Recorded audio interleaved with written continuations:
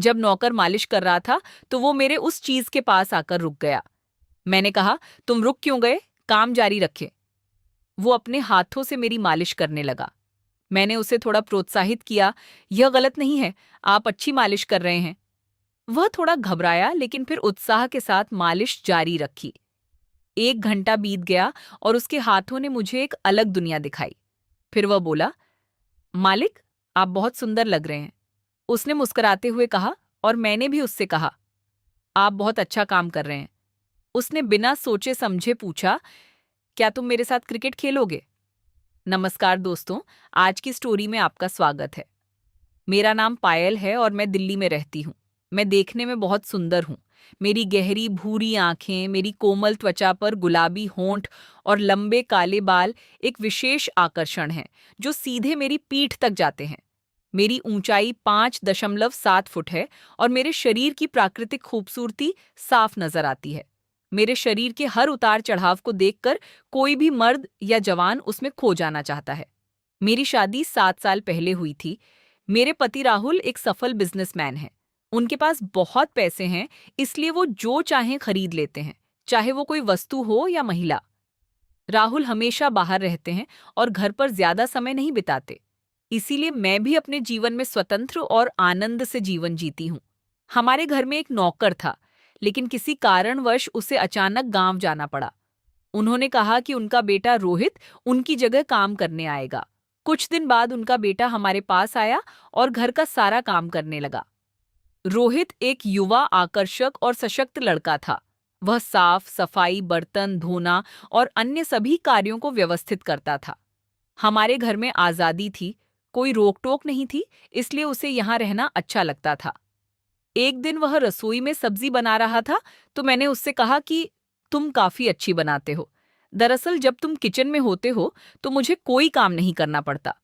रोहित मुस्कुराया और बोला, मालकिन, मैं जब काम कर रहा होता हूँ तो आपको चिंता करने की कोई जरूरत नहीं है। फिर एक दिन मुझे एक दोस्त की बर्थडे पार्टी में जाना था। पार्टी बहुत देर रात खत्म हुई और मैंने बहुत ज्यादा शराब पी रखी थी, इसलिए मैं सुबह देर तक सोती रही। करीब 11 बजे मेरी नींद खुली तो मेरे कमरे में अंधेरा था। मैंने कुछ देर और बिस्तर पर आराम किया और फिर उठकर बैठ गई।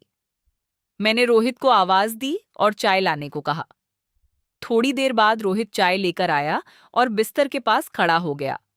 उसकी आंखों में कुछ अलग सा था।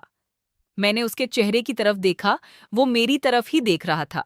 शायद मैंने उस पर ज्यादा ध्यान नहीं दिया। फिर मैंने उससे पूछा, क्या हुआ? क्या तुम कुछ कहना चाहते हो? उसने जवाब दिया, नहीं मालकिन, कुछ नहीं। फिर मैंने उससे कहा, तो तुम यहाँ क्या कर रहे हो? फिर वह चला गया। उसके जाने के बाद मुझे थोड़ा दोषी महसूस हुआ। मैंने सोचा कि मुझे उसके साथ ऐसा व्यवहार नहीं करना चाहिए था।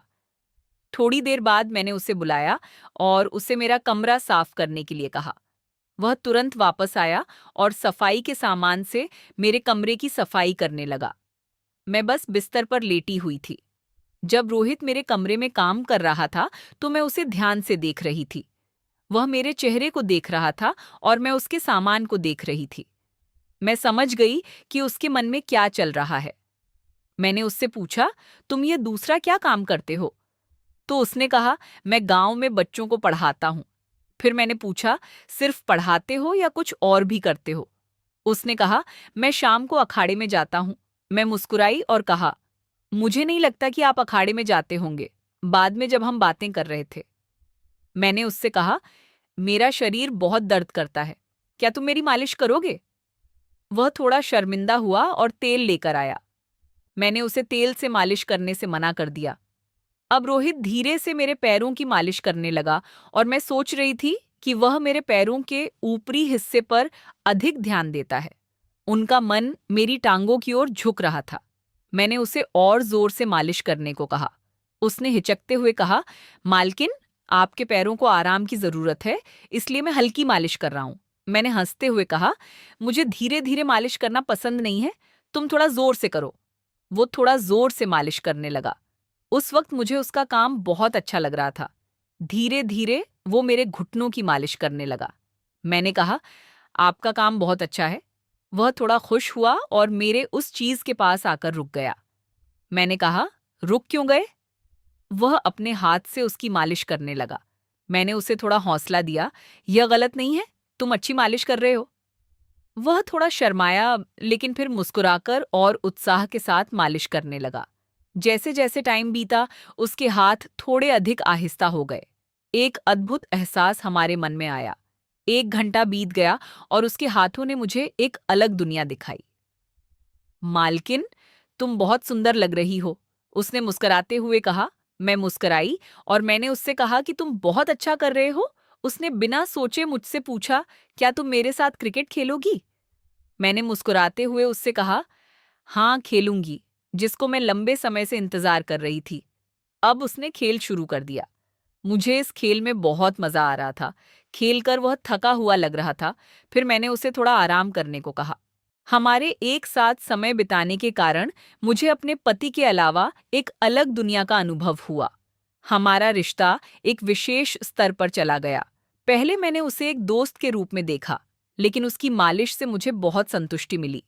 उसके साथ बिताया हर पल मुझे और गहराई से जुड़ा हुआ महसूस कराता था, जैसे कि काम खत्म होते ही मैं मनमग्न और शांति से भरी हुई थी। एक दिन मैंने उससे पूछा, आपके और मेरे रिश्ते के? उसने उत्तर दिया, मालकिन, मैं आपको कुछ बताना चाहता हूँ। उसके चेहरे पर एक गंभीर भाव था। मैंने उस पर कुछ ध्यान भी डाला था। उसने कहा, मेरा सपना एक महान शिक्षक बनना और बच्चों को ज्ञान प्रदान करना है। मैंने देखा कि यह उसकी आकांक्षाओं का विकास मदद देता था। मैंने उसे प्रोत्साहित किया ताकि उसका सपना को हासिल करने के लिए कड़ी मेहनत करे। हमने एक गहरी बातचीत शुरू की। उसने बताया कि उनके सपने और उनके काम करने का तरीका कितना महत्वपूर्ण था। उस पल हमारा भावनात्मक जुड़ाव हो चुका था। उसकी गहराई में मुझे एक नई दुनिया दिखी। हर दिन हम साथ साथ समय बिताते रहे। एक दिन मुझे एहसास हुआ कि मैं उससे प्यार करने की इच्छा दिखा रही थी, कि यह एक भ्रम हो सकता है। मैंने अपने मन की गहराइयों से उससे पूछा, क्या तुम जानते हो मेरे पति के बारे में मैं क्या सोचती हूँ? वह रुका और बोला, क्या तुम अपने पति के साथ खुश नहीं हो? मैंने उससे कहा, उसे केवल काम से मतलब है। रोहित ने कहा, तो क्या हम हमारे रिश्ते को और गहरा करना चाहते हैं? मैं असमंजस में थी। जब मैं रोहित के साथ थी तो खुश थी, लेकिन मुझे अपने पति की याद आती थी। कभी कभी मुझे उसके लिए प्यार महसूस होता था। लेकिन अब जब हम दोनों एक रिश्ते में गए, एक दिन रोहित ने मुझे अपने दिल की बात बताई। उसने मेरा हाथ रखा, अपनापन, और मुझसे कहा, मैं तुमसे शादी करूंगा। फिर मैंने मन बना लिया कि अब मुझे कुछ तय करना ही होगा। रोहित के प्यार को एक मौका देना होगा, और ये सब मुझे रोहित के सामने बताना होगा। रोहित ने तुम्हारे साथ एक अलग जिंदगी जीना चाहता हूं। यह सुनकर मैं खुश हो गया और हम दोनों को एक दूसरे से प्यार हो गया। यह एक अनोखा प्यार था, लेकिन अब हमें अपनी पुरानी जिंदगी को पीछे छोड़कर एक नया अध्याय शुरू करना था, जिसमें दोनों ने एक दूसरे को पूरी तरह से स्वीकार कर लिया और दुनिया को एक नया नजरिया दिया। रोहित के साथ रहते हुए मुझे नई प्रेम कहानी का एहसास हुआ। प्यार कभी विकल्प नहीं होता, और उसके साथ रहने का मतलब जीवन के हर एक अनुभव को जीना है।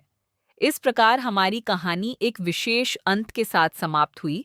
इस तरह की और अधिक रोमांचक कहानियों के लिए हमारे YouTube चैनल को सब्सक्राइब करें। धन्यवाद दोस्तों।